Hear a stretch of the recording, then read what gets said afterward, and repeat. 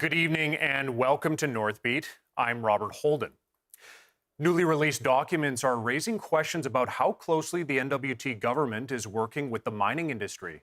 An environmental watchdog says companies were given inside access to discussions about new mining regulations while the public was left out. CBC's Avery Zingle reports. An environmental researcher says that the Northwest Territories Industry Department gave the mining industry unprecedented and privileged access while it was developing new regulations.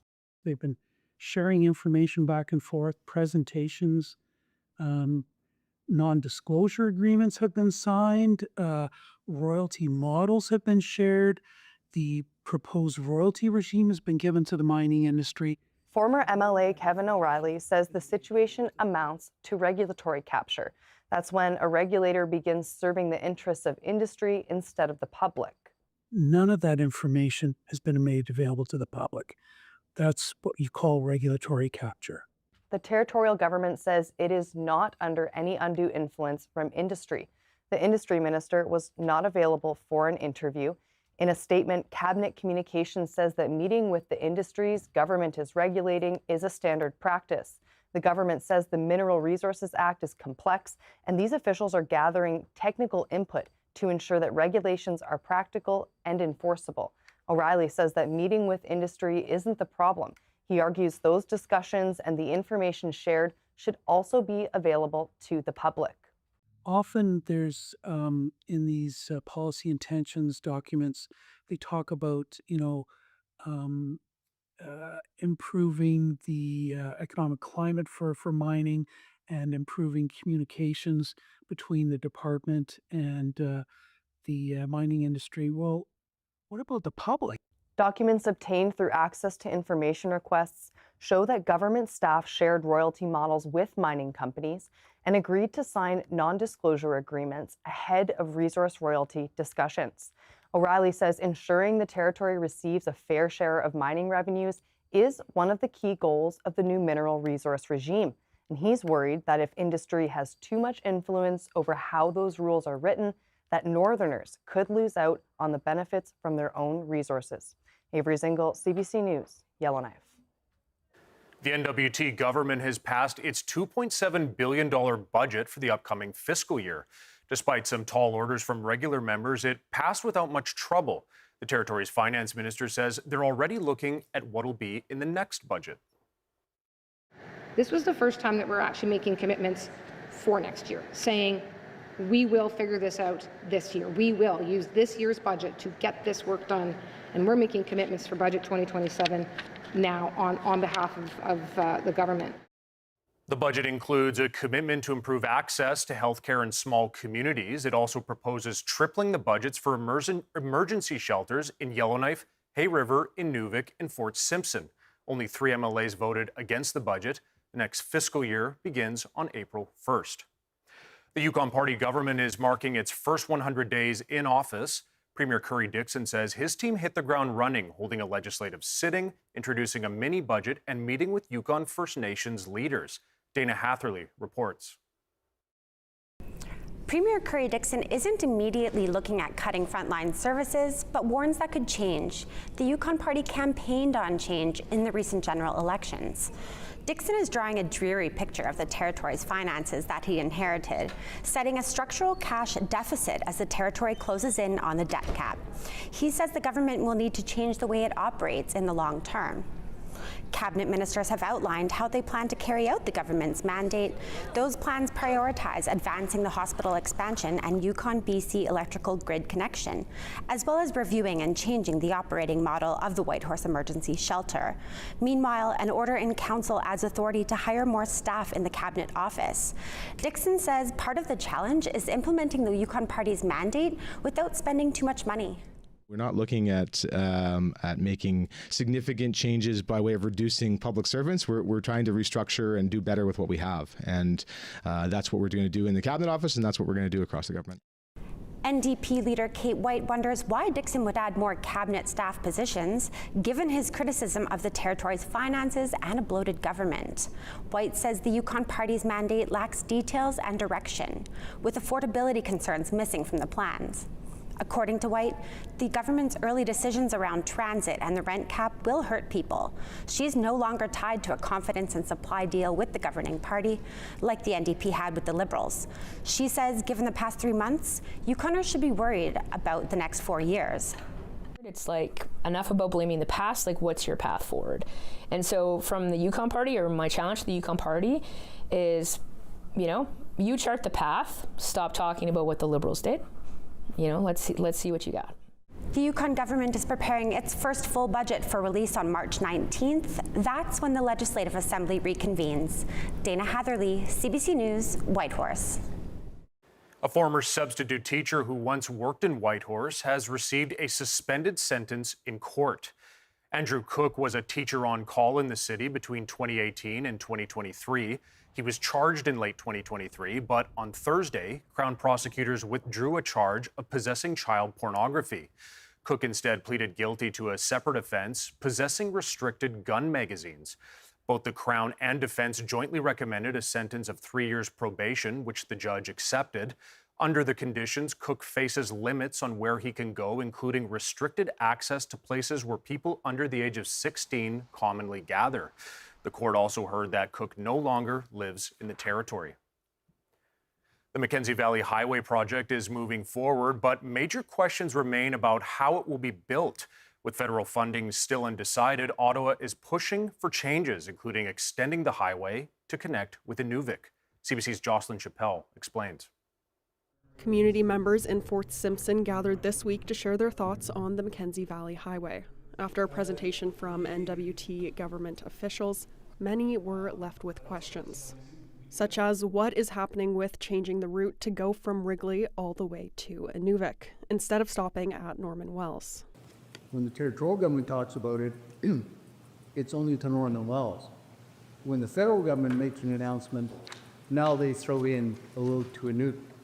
Part of the meeting was discussing why that is. Kelly Barassa is a senior environmental analyst with the NWT government. He says the federal government has expressed that the road needs to reflect national interests, especially if the territory wants to see federal funding for the billion-dollar project. Barassa added that the feds see extending the highway to Inuvik worthwhile because of investments for a military hub there and in Yellowknife. That does make things difficult considering the current environmental assessment is for Wrigley to Norman Wells.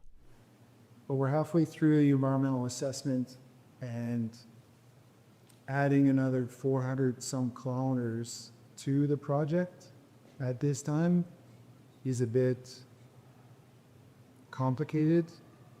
Barassa says right now it's unclear how that addition will fit in, and that maintaining momentum on the work they've already built is important.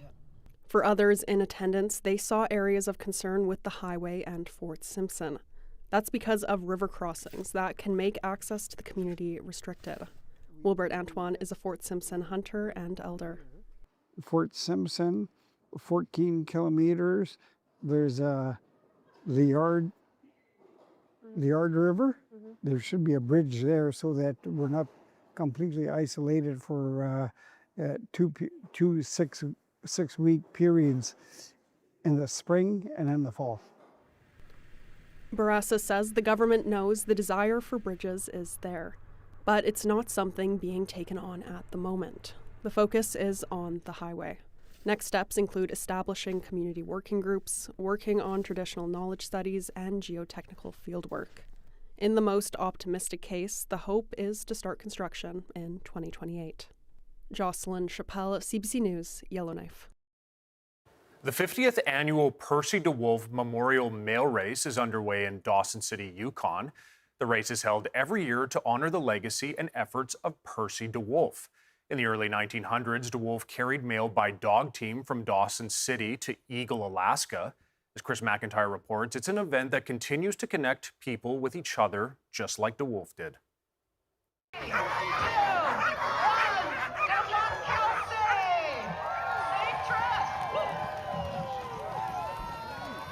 Before any of this happens.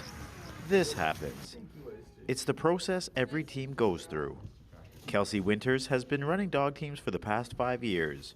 She knows a racer is only as good as their weakest pup. Yeah, the more you care for the dogs, the more they give back, right? The better the dog care, the better the output is, right? So it's very reciprocal.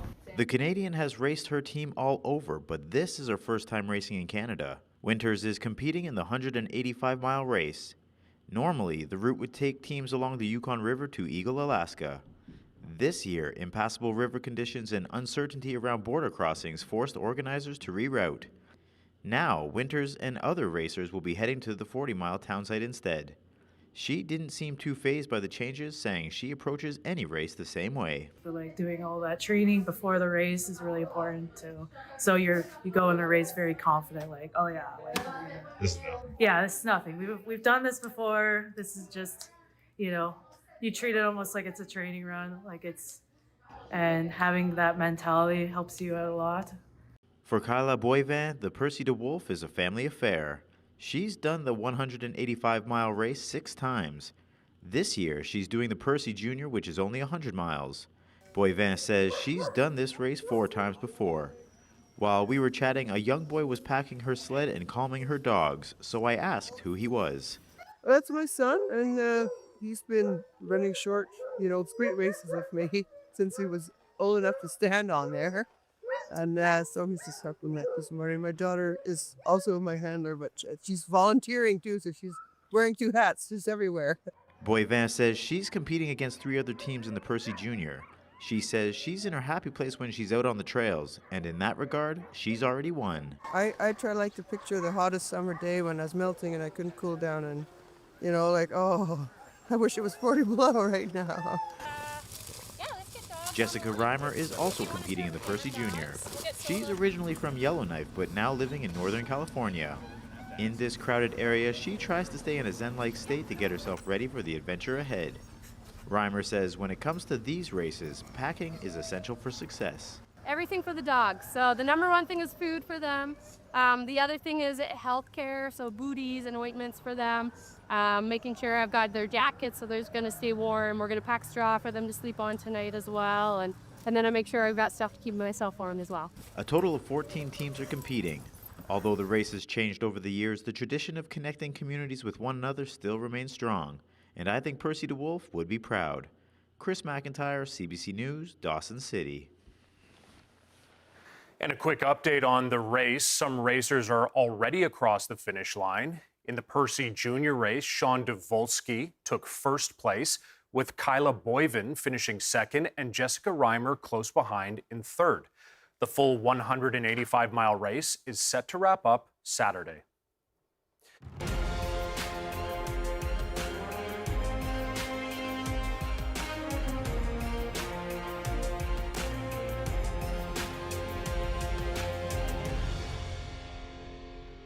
International Women's Day is this Sunday. It celebrates the achievements of women and girls around the world. In Whitehorse, some young athletes are marking the occasion as they prepare to compete in the Arctic Winter Games. The games kick off Sunday in the Yukon capital. As Tori Fitzpatrick reports, some members of Team Yukon say they're proud to be following in the footsteps of the women who came before them. This winter, cross-country skiers on Team Yukon's under-14 girls team witnessed just how far female athletes can go. Yukon cross-country skier Sonia Schmidt represented Canada at the Milano Cortina Winter Games. But it wasn't that long ago that Schmidt was in their shoes. She competed for Team Yukon at the 2018 Arctic Winter Games. I find that pretty amazing, and it gives me hope that one day I could keep going and eventually get to the World Cup or Olympics. This year's under-14 girls team had the opportunity to meet Schmidt before she went to the Olympics. They say it was an inspiring experience, and now it's their turn to inspire young athletes. I think it inspires me just to be a good teammate and to encourage others, and to make sure to encourage the girls who aren't in our club or who are not in our age group too, and to just cheer for everybody. Not too far from the ski trails, some girls are supporting each other on the ice instead. This team is new and is the only Yukon girls curling team competing at the games. And that's because there's not a lot of girls playing the sport. One of them says her family, especially her aunt, inspired her to try curling. Whenever they talk about curling, they're always so happy, and they said it was a great thing in their lives. And I want it to be the same for me. Now, her team hopes they can inspire young girls in the Yukon to try curling too. The Arctic Winter Games officially kick off Sunday with the opening ceremony here in downtown Whitehorse. Tori Fitzpatrick, CBC News, Whitehorse. Carvers in Whitehorse have been getting materials ready for next week's Dene Games as part of the Arctic Winter Games. Their work includes crafting the wooden equipment that athletes will use in competition. CBC's Callie McTavish has more. The Dene Games test both physical and mental skill. Originating in Dene communities across the north, events were traditionally used to prepare for the hunting and fishing seasons. In Whitehorse, carvers from the Northern Cultural Expression Society have completed the items for the pole push, snow snake, and stick pull competitions. We're happy to do it, be a part of the games, and didn't realize how much work it was, to harvesting the wood, because we needed to get 4 trees, 2 of them being at least 10 inches or 8 inches in diameter, and 20 feet long, which is kind of hard in the Yukon, but we ended up finding them.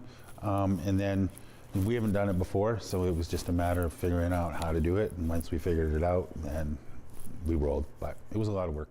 Participants range from experienced carvers to apprentices. Many say their work connects them to their culture and the northern traditions the games celebrate. One of them is Brad Jacobson. Originally from Inuvik, he competed in the Dene Games as a child. This year, he's carving the snow snakes, long wooden spears that slide along packed snow and were once used for hunting seals. I'm always down to try new things and build it, so I take the challenge. I try just do whatever they ask me around here. And they're only 4.5 feet long. They took mine last Thursday and said they were good off the first time. There was no improvements needed, so I don't know if I did a good job or if I was just lucky, beginner's luck. The snow snake competition takes place Tuesday at Mount Sema. The rest of the Dene Games will run throughout the week at the Kwanlin Dun Cultural Center. Callie McTavish, CBC News, Whitehorse. Team Nunavut's chef de mission has arrived in the city ahead of the team. She says athletes are currently in pre-camps getting acquainted with teammates from across the territory for the first time. She says pre-camps play an important role leading up to the games.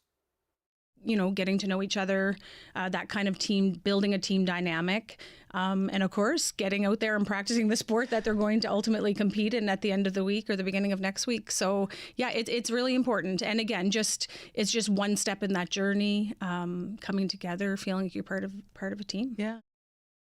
Lonsdale says excitement is growing. Charter planes carrying Team Nunavut athletes are scheduled to arrive in Whitehorse Saturday. And one special reporter is already in town and eager to cover the games. He's a curious critter who knows how to burrow his way into the heart of a story. His name is Michael J, and he is a fox. He's a roving reporter on the series Northern Tales, and he's also been named the game's ambassador for the 2026 Arctic Winter Games. Yeah, that's right. It's called Michael J's Sports Den, or Sports Den with Michael J. And basically, I go around and I talk to people and I cover the day's events. I'm really curious about people and what they do and sports. Oh, and I like your Birkenstocks. Oh, thank you. Yeah. What do you like so much about Birkenstocks? I have no idea. It's instinctual. Michael J will be roaming the Arctic Winter Games all week. Catch him at Sunday's opening ceremony. And look for Season 2 of Northern Tales premiering on YouTube on March 20th. Let's do this, guys. Getting ready for a game means being ready for anything. You have to be ready off the ice, too. That's why I remember 988, Canada's suicide crisis helpline. Anyone can call or text for free, confidential support from a trained responder. Like a spare stick, it's a good thing to have handy, just in case.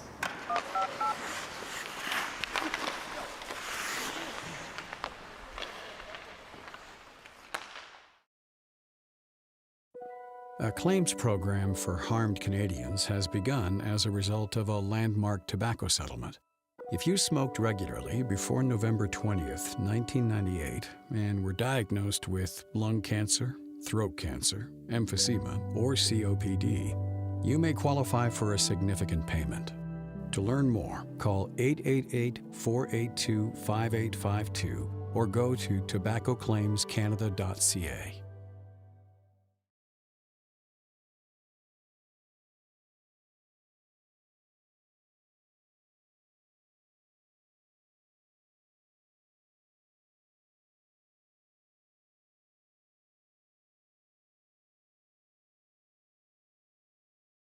If you experienced harm while admitted to a federal Indian hospital between 1936 and 1981, you might be eligible for compensation. The claims period is now open. Free supports are available to help you submit your claim.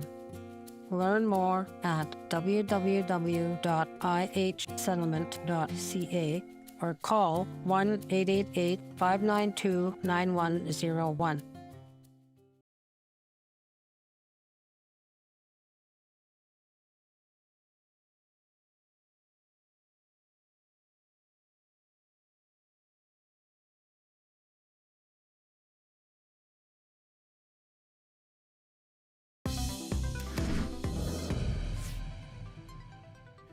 For decades, Paralympians have reached the podium with help from advances in prosthetics. New sophisticated models are available for many people living with disabilities, but the high cost can put them out of reach for some. CBC's Jennifer LaGrassa explains. This is what gave Tyler Turner his life back and brought him to this moment at the 2022 Beijing Paralympics. He grabs the gold! That's thanks in large part to his prosthetics. Turner became a double leg amputee about 7 years ago after a skydiving accident. His love of sports kept him moving forward. Really what it comes down to is find joy again, to smile. And that wouldn't be possible without his prosthetics. You can't tell I'm walking in prosthetics. When I'm snowboarding, you can't tell I'm snowboarding in prosthetics because the feet are that advanced. Lightweight, energy-storing materials and limbs tailored to a person's body that increase stability and control are some key advancements. The knee and foot that Terry Fox is using, what we have now is just night and day different. It's those improvements that Sam Paulus is thankful for. The 59-year-old had his left leg amputated after a severe bacterial infection in 2011. I didn't know if I was ever going to be able to walk again, get out of bed again. But these days, he's doing a lot more than that, spending nearly every weekend in the winter skiing using a special prosthetic. It's got a pneumatic shock in it that's really taken from a mountain bike, and you're compressing the air in the shock, and that gives you rebound, and it's letting you really ski like you've got a normal leg. It cost about $12,000. Across Canada, prosthetic coverage varies. In most cases, funding isn't available for sporting limbs, which means newer models are out of reach for many. But this Toronto rehab hospital is looking at ways to improve access with new technology that could lower costs. Using things like 3D scanning, 3D designing, and 3D printing to make the devices, higher performing, stronger, lighter. And test the limits of what's possible at future Paralympic Games. Jennifer LaGrassa, CBC News, Windsor, Ontario. As we mark International Women's Day, we're hearing from Pauktutit Inuit Women of Canada. The organization has gone through several leadership changes in recent months, but says its mission remains steady, advocating for the rights of Inuit women. Here's part of interim CEO Nancy Etalk's conversation with Eli Kakasik-Taktu. I believe the strategy is that the Inuit women who hold leadership positions, we need to continue to be loud. We need to keep taking spots where decisions are being made, especially for women. Girls are gender diverse. We just need to continue making noise, speaking up until we get a spot. Some prominent women in Nunavut's Legislative Assembly are marking International Women's Day with a message for the territory. Here are Ministers Gwen Healy-Akiarok, Janet Pitsulak-Brewster, Cecile Nilvana-Lyle, and Annie Tatuini. On International Women's Day, we stand together as women serving in cabinet for the people of Nunavut. Across our territory, women and girls nurture families, language, culture, and community. You lead in our homes, in our workplaces, on the land, and at decision-making tables. Your strength is often quiet and steady. We also recognize the work still ahead of us to ensure safety, equity, opportunity, and wellness for every woman and girl in Nunavut. Our commitment is reflected in the policies we are working to advance, the resources we continue to fight for, and the way we strive to create the path forward. Today we celebrate you. We honor all of you. And you inspire us every day to work toward building a territory where women and girls are thriving. Happy International Women's Day.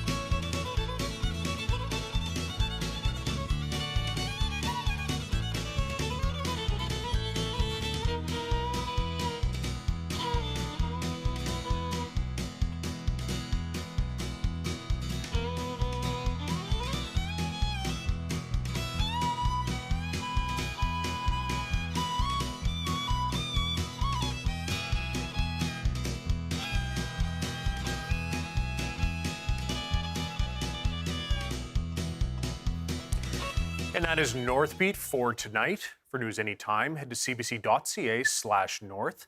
Thank you for watching. I'm Robert Holden. Have a great weekend.